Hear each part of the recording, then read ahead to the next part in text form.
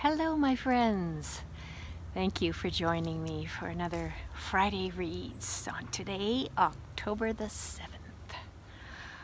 I want to start by telling you how happy I am that Annie Ernaux has won the Nobel Prize for Literature. I only read one of her books, The Years. It's translated by Alison Strayer. And I loved it so much. And since then, I've been wanting to read other books by her. I will definitely do that.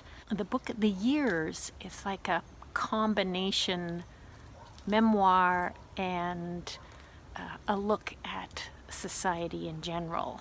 The voice shifts between she, talking about the author, and we, which is more of a collective voice. I felt like I was swimming through time. There's 7 decades that are covered. It's about women's lives. It's about the rise of consumerism. It's just so rich and wonderful. If you have suggestions about what book I should pick up next by Annie Ernaux, please leave me a message down below in the comments. Earlier this week, we had our monthly literary salon, and we have started meeting in each other's homes again since the pandemic, where we've been doing everything on Zoom or outdoors. It was really nice to be in our friend's home. There were some dainties on a fancy plate that our friend Kathy brought, and I read from Suzette Mayer's Sleeping Car Porter,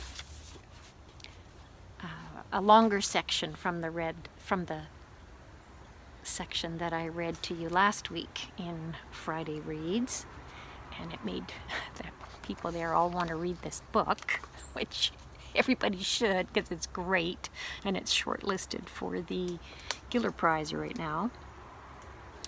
And our friend Carrie read this fantastic poem by Sharon Owens, who I think is an Irish author. It's a short poem called Dangerous Coats.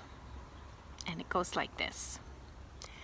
Someone clever once said, women were not allowed pockets in case they carried leaflets to spread sedition, which means unrest to you and me. A grandiose word for common sense, fairness, kindness, equality. So, ladies, start sewing dangerous coats made of pockets and sedition. Yeah. All right, what else have I been doing? I started an online course last week. It runs for 4 Saturdays. It's a textile course on vegetable printing using natural dyes, and John Marshall is the instructor, and he's fantastic. I can show you a little bit of me working on my initial project. I haven't actually received the supplies yet. They're in customs. But I had some supplies from my other natural dye course, and it's quite similar to something I've done before. This tea towel is done with ochre pigments on cotton, so it's a similar technique. Right now, though, I'm on a search for okra, because in his initial demonstration, that was one of the vegetables that he used. And it just, when you cut them in half crossways, they just make such a beautiful little flower shape. So I am going to see if I can find some later today. I have been preserving Garden Bounty for the past few weeks. I've mentioned this before. One of my neighbors came by with a couple of her grandchildren, and they asked if they could take some apples from my tree. This tree is loaded, but the apples are so high up. So anyway, I said, sure, please. And between the two of us and a big ladder, we were able to get a lot more down. So I got another 15 pounds of apples to juice. So anyway, while she was in my garden, she asked about a plant and she said, "Is this poison ivy?" I said, "No, it's Angelica." And I told her how in some previous years I've made candy from the Angelica stems. And I hadn't planned to do any this year, but I just remembered how good it is. So it is in process right now. It takes quite a few days. I can pop in pictures from previous years of doing Angelica, and maybe you can see what the Angelica plant looks like. At this time of the year, it doesn't look like much, but it gets this big round flower head with green blossoms. I've used the root as well. I've made a liqueur with the root and other botanicals, and it's often used in gin. So you probably know that juniper berries are the #1 botanical in gin, but Angelica root is also very prominent in many brands of gin. I have this book out from the library right now, the Forager Chef's Book of Flora by Bergo, and I found it because if you remember a while back I made spruce cone syrup, Mugolio, and it takes over a month to make. Anyway, I've finished the syrup out of a big jar that I started with, and with the sugar and the spruce cones. I ended up with just a small little jar of syrup, and it is so delicious. To taste it to believe it. Oh, really, really good. And so far I've been using it to flavor yogurt, and that's the extent of it, but there are, I'm sure, plenty of other things I can do with it. So anyway, I found the instructions for Mugolio on the internet that Bergo had supplied. He had a YouTube video for how to do it. And so that's how I found this cookbook, which has a bunch of Angelica recipes in it, including, I did not know that the blossom, this is before it blooms, and in the south of Italy they call it Zaverne. So he's got kind of like tempura battered Zaverne, and hey, and you can also steam it, serve it with olive oil. Yes, so next year, because I have lots of it in my garden, next year I'm definitely going to cut some flower buds and try that. Still been making grape juice. I've processed 20 pounds of grapes so far, and I've still got more to pick and process and freeze. So that is ongoing. Of course, there's lots of yard work. I can see the leaves are starting to fall, but we have not had a frost yet. This is very unusual. We've had frost at the end of August, a killing frost by the end of August, and it's bound to happen soon, so I've got to look after those sorts of things that need to be done before freezing. And I've also found time for reading. I finished 7 books this week, and I'm going to start with the best audiobook, and I'm going to finish with the best book of the week. So best audiobook is called Attack of the Black Rectangles. It is by A.S. King, who I read everything that she writes, but it looks like, based on the cover of this book, she started to use her full name, Amy Sarig King. Or maybe it's because this is a middle school book, I'm not sure, and her previous books have been for teens, for YA. Anyway, the author's note at the end says that it is born from a true story. And what happens in this novel, it's grade 6 students. The main voice is 12-year-old Mac. His teacher puts all of the students into small reading groups, and they all get a copy of the same book to read and discuss. And their book is The Devil's Arithmetic by Jane Yolen, which I have read and loved. It's about the Holocaust. Anyway, their copies have some sentences and words blacked out. And so Mac and some of his friends decide to do something about it. They want to read books that have not been censored. And his best friend, Dennis, is asexual. And there's only a small section in the book about that, but I loved seeing that representation. Mac tells Dennis, "You're a great person and there's nothing wrong with you not crushing on people." Yes. So, intellectual freedom, yay. And a great message about being ace, too. And I want to mention that there is a full cast on this audiobook. So the main voice is done by Pete Cross. There is also some sections that are read by Jane Yolen herself, and also by the author, A.S. King, Maggi-Meg Reed, and there are some other people as well.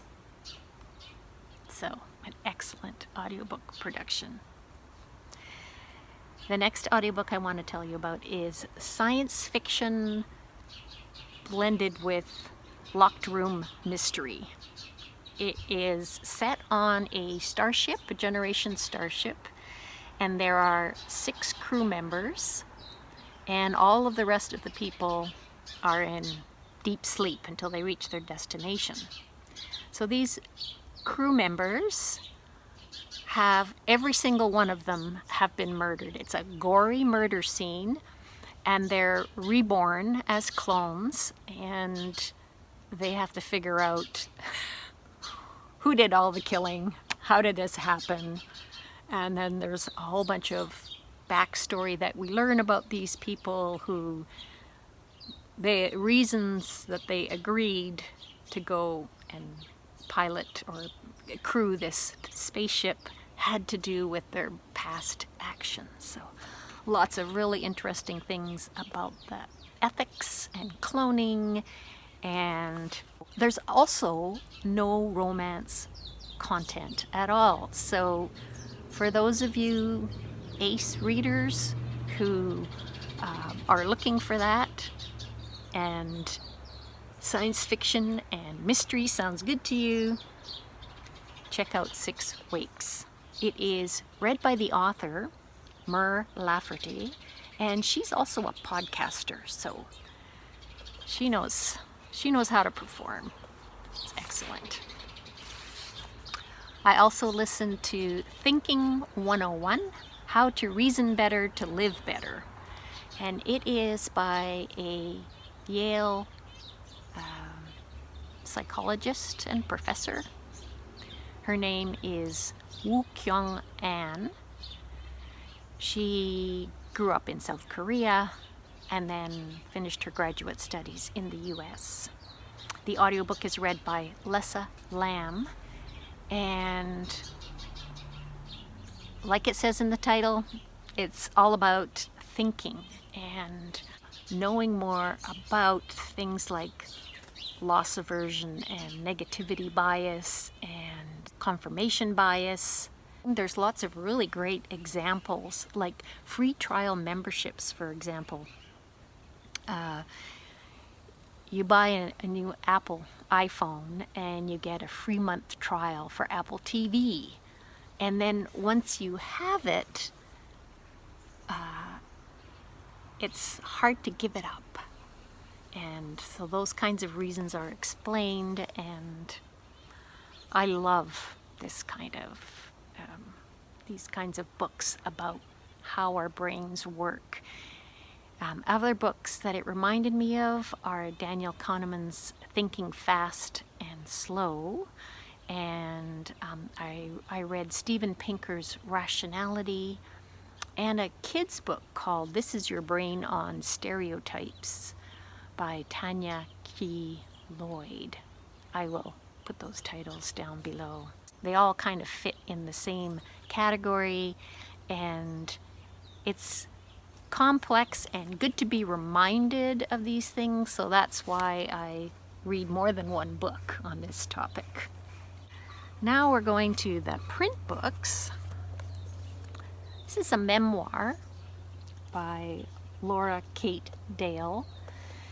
It's called Uncomfortable Labels: My Life as a Gay Autistic Trans Woman.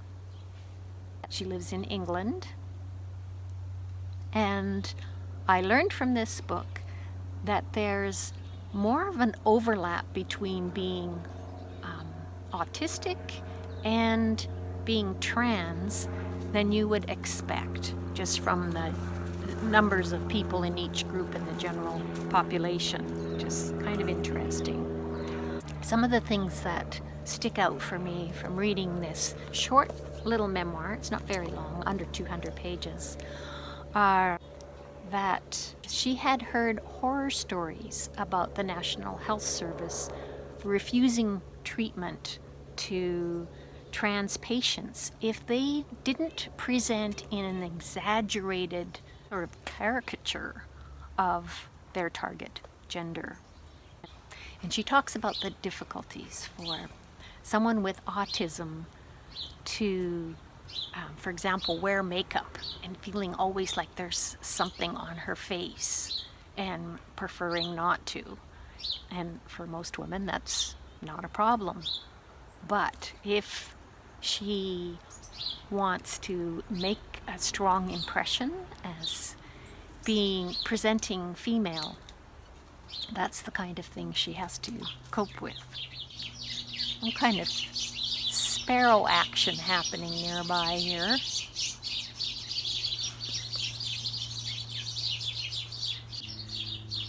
Things like having a visible Adam's apple, or a deep voice, or a 5 o'clock shadow in order to gain acceptance.